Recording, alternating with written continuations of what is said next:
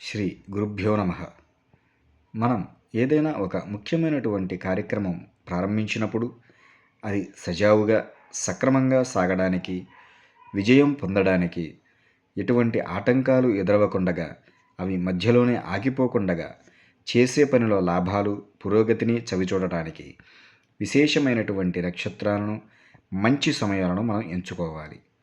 ఆ కార్యక్రమాన్ని మొదలుపెట్టినప్పుడు ముందుగా మకర రాశి వారు చూసుకోవలసినటువంటి నక్షత్రాలు శ్రవణ నక్షత్రము, రోహిణి నక్షత్రము, స్వాతి నక్షత్రము.